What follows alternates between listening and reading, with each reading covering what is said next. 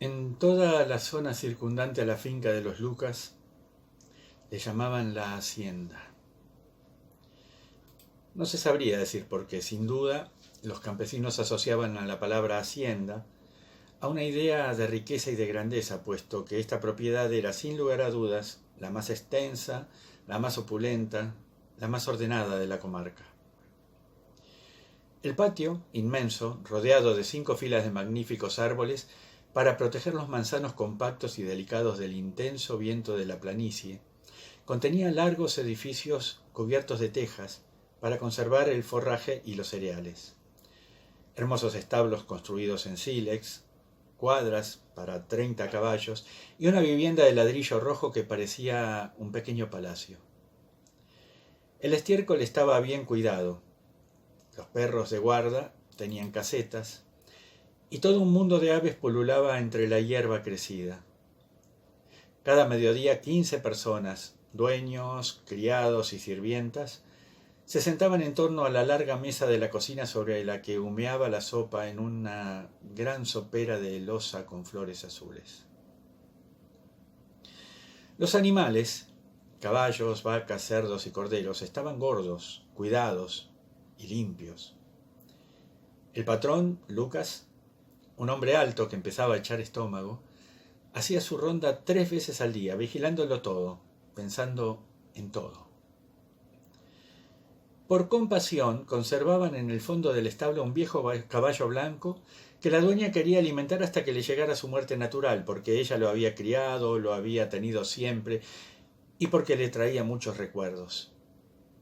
Un zagal de 15 años, llamado Isidor Duval, y más sencillamente Sidor, cuidaba de este pobre inválido. Durante el invierno le daba su ración de avena y su forraje, y en verano iba 4 veces al día a moverlo en el lugar en que lo ataban, con el fin de que tuviera siempre hierba fresca en abundancia.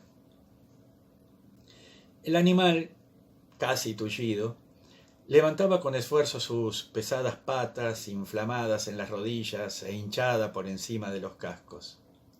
Su pelo, que ya no cepillaban jamás, parecía canoso y las pestañas muy largas le daban a sus ojos una expresión triste.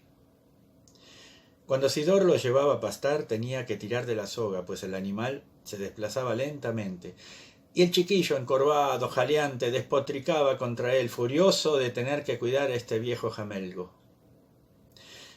La gente de la hacienda, al ver pasar con cólera a este zagal, esa cólera en contra de Coco, se divertía hablando constantemente a Sidor del animal, para enojarlo al muchacho. Sus amigos le hacían bromas, en el pueblo lo llamaban Cocosidor.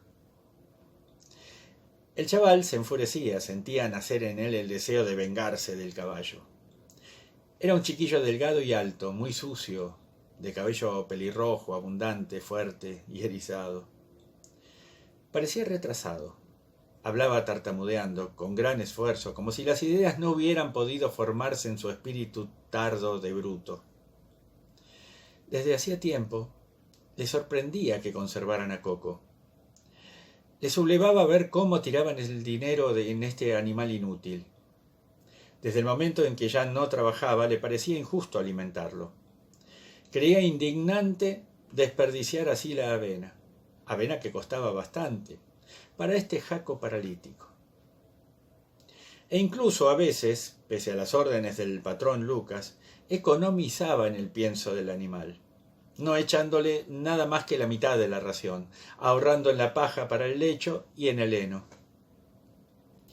Y el odio aumentaba en su espíritu confuso de niño, un odio de campesino rapaz, de campesino solapado, brutal y cobarde.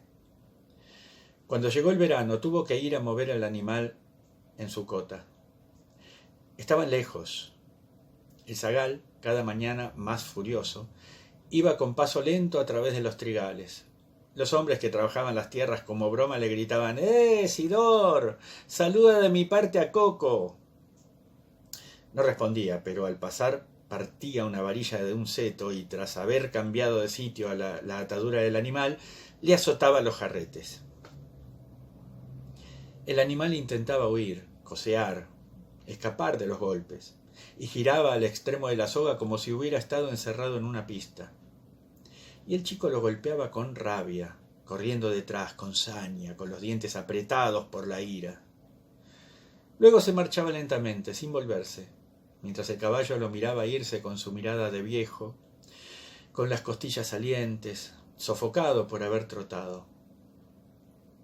No volvía a bajar hacia la hierba su cabeza huesuda y blanquecina, hasta ver desaparecer a lo lejos la blusa azul del joven campesino. Como ahora las noches eran cálidas, dejaban que Coco durmiera fuera, allá lejos, al borde de la torrentera, detrás del bosque. Sidor era el único que iba a verlo. El chiquillo se divertía lanzándole piedras. Se sentaba a 10 pasos de él sobre un talud y permanecía allí una media hora, lanzando de vez en cuando una piedra afilada al jaco, que estaba de pie encadenado ante su enemigo y mirándolo sin cesar, sin atreverse a pastar antes de que se marchara. Pero esta idea continuaba plantada en la mente del zagal. ¿Por qué alimentar a este animal que ya no hacía nada?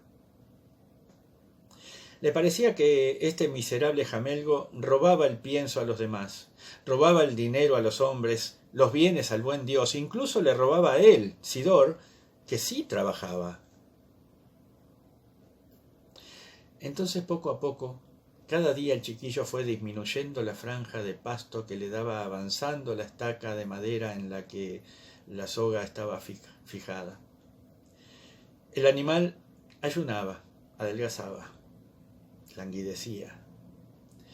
Demasiado débil para romper su amarradura, tendía la cabeza hacia la alta hierba verde y brillante, tan cercana, y cuyo olor percibía sin que pudiera alcanzarla.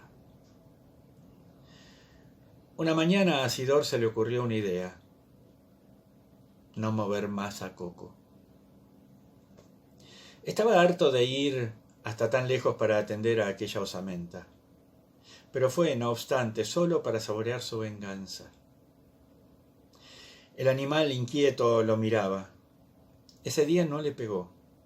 Dio vuelta a su alrededor con las manos en los bolsillos. Hasta fingió cambiarlo de sitio, pero volvió a introducir la estaca exactamente en el mismo sitio, y se marchó, encantado con su ocurrencia.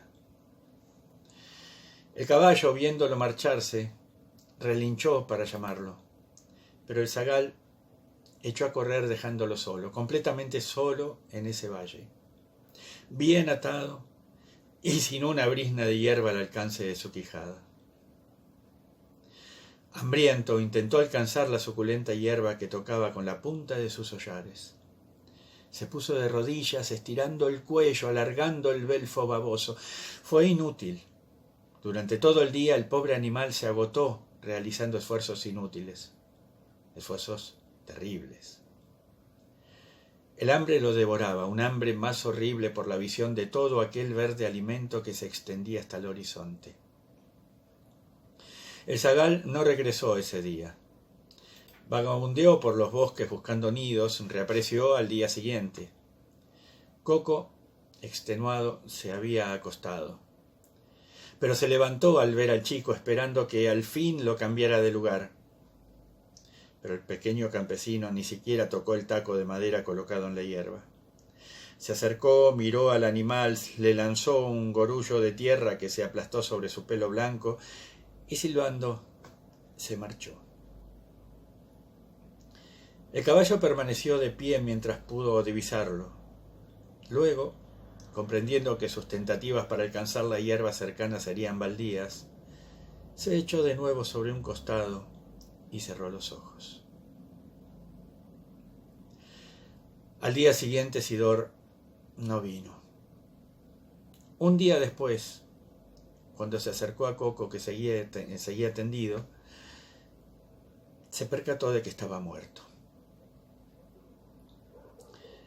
Entonces permaneció de pie, contemplándolo, satisfecho de su acción, sorprendido al mismo tiempo de que todo hubiera acabado. Lo tocó con el pie, levantó una de sus patas y la dejó caer. Se sentó encima y permaneció allí con los ojos clavados en la hierba, sin pensar en nada. Regresó a la hacienda, pero no dijo nada de lo sucedido, porque quería seguir vagabundeando a las horas en las que normalmente iba a cambiar de sitio el animal. Fue a verlo al día siguiente. Los cuervos levantaron el vuelo cuando él se acercó. Innumerables moscas se paseaban por el cadáver y zumbaban a su alrededor. Al volver, anunció lo ocurrido. El animal era tan viejo que nadie se sorprendió. El patrón dijo a dos criados: cojan las palas y hagan un agujero en el lugar en donde se encuentra. Y los hombres enterraron al caballo justo en el sitio en el que había muerto. En el sitio en el que había muerto de hambre. Y la hierba brotó fuerte, verde, vigorosa, nutrida por el pobre cuerpo.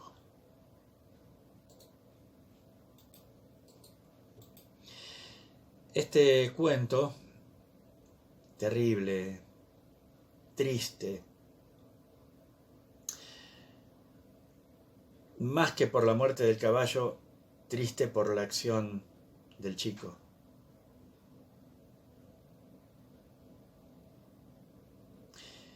Este cuento, decía, se llama Coco y pertenece a Guy de Maupassant.